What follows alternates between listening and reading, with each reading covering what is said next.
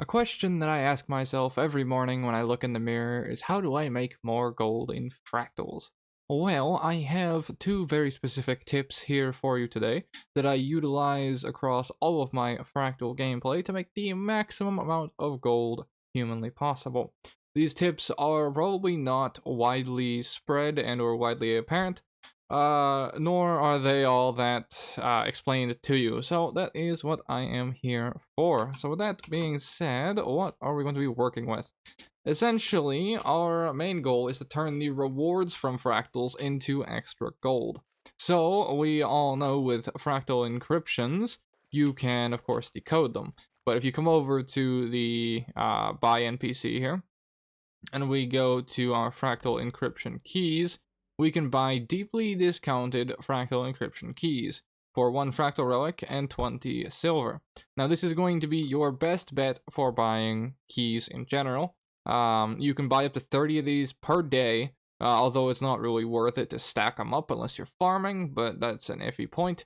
However, the way that I save money utilizing these is by opening fractal encryptions. I don't have any on me at the moment, unfortunately. But by opening fractal encryptions, there is, from my experience and my kind of napkin math, what feels like a 5 to 10% chance on every encryption opening to get a key back. So, after you do all of your fractal runs, you'll have maybe 30, 35 encryptions, depending if you're doing T4s or T3s. And so you're going to come over here and you're going to buy your keys. So what I would suggest doing, and what I'm sure most people wind up doing, is just buying, 35 keys and calling it a day. What I suggest doing, I kind of misspoke there to make that sound a little weird. What I suggest doing is buying less keys than you have encryptions. So if I have 35 encryptions, I'm going to buy 30 keys, because I'm going to then open all 30 encryptions and see if I get any keys back. And if I do, then that is directly gold saved, which is a statistic people don't think about, is gold saved as opposed to gold made. So in that case, we're saving 60 silver a day, which starts ramping up quite quickly depending how often you do fractals. If you manage to get 5 keys by pure fluke, you're saving a gold a day by doing that setup, just by having a little bit of cognizance before you go and buy all of the keys in one go.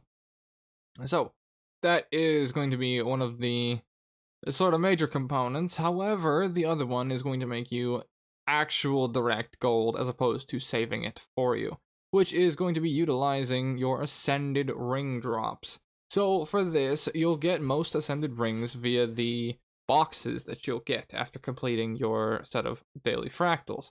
So we'll do our daily fractals and we'll get a fractals initiate chest or what have you, right? And these have a good chance of dropping ascended rings and sometimes ascended gear. I got an ascended boots box the other day. However, unfortunately, I already had ascended boots. Such is life.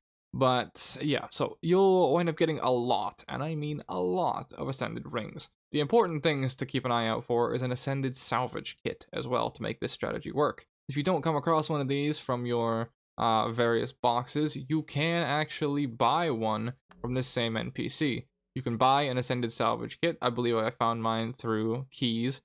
However, you can also buy other ascended salvage kits and an ascended salvage tool. Buying them one by one or all in one go, it's the same price, doesn't really make a difference. But buying one by one is probably my suggestion because you can get the salvage kits out of boxes. So just in case, you can play on your RNG just a little bit. But what we're going to be aiming to do is infuse these rings and then break them down. So infuse or attune, one of the two. So if we come over to this NPC here, Mr. Infuse, we activate him and we go down to mastery items, you'll see agonized essence. This is once you've trained the agony channeler fractal attunement mastery line, which if you're doing any form of fractals, you should have very, very easily. It's the second tier, so it's going to cost you 3 points. You should be alright in that regard. And we're going to buy this fella, this agonized essence. And then we are going to take these 4 items to a mystic forge, which is the agonized essence we just bought, the ring that you want to make money off of, your philosopher's stones, which you can buy from the mystic forge vendor. I'll show you in just a second. and then 1+1 agony infusion. And then, of course, our salvage kit. Alright, I'll put that back there so my OCD doesn't go absolutely ballistic. And with that, we are going to teleport to my little home area here. And we shall run ourselves to the Mystic Forge, and I shall put in the recipe and show you what I wind up getting for salvaging it. I do this for every single ring that I come across from Fractals, and I make on average an extra, we'll say 2 to 3 gold per ring most times. It depends because there's a little bit of RNG, and you make even more money if you can manage to get one of the salvage kits for free. Because obviously, otherwise you're spending 20 gold on the kit, so you have to kind of make that money back. But if you manage to get one in one of the boxes, this is a very good way to up your gold gain. So we're going to throw in the Agonized Essence, the Celestial Ring, the Infusion, and the Philosopher's Stones. The Philosopher's Stones you can buy from the NPC right here, the Mystic Forge Attendant, or you can buy them from Miyani if you want to do it in Lion's Arch instead. We hit Forge, and we get an attuned Ring of the Sun here. That's going to give you an extra infusion slot on the ring, which is another thing I would recommend doing for actually gearing, is to go through and attune your rings.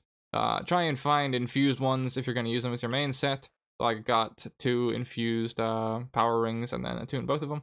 But still, minor thing for gearing, but nonetheless. And then with that, we're going to take that ring and we're going to break it down with our salvage kit. And we're going to see, on the right-hand side, we get our stabilizing matrices. We rolled kind of low on this one, unfortunately. We only hit 4. However, I have hit up to 9 before, and sometimes I have even hit 12. So it is a complete gamble because it is 2 separate rolls. And so I have hit 2 separate 6s in a row and wound up with 12 of these fellas. So all RNG, and is also going to vary based off of the market value, of course. But we're going to want to always list these. Normally they're around 35-ish, they're a little bit on the lower side since it's Halloween and everyone's playing right now. So everyone is back tanking the market on basically everything. But still, I just made an extra gold for no real effort on my behalf, aside from taking it to the Mystic Forge and then breaking it down. If I were to do that with 2 or 3 rings with my extra salvage kit, that's another 4 gold made on top of everything that I had beforehand. It does cost you, we'll say, 24 silver for the essence, so we'll say probably about 80 silver to a gold area, depending on inflation and the market. But that is my 2 tips for making extra gold from Fractals. Thank you guys very much for watching, and I shall see you in the next one. Take care.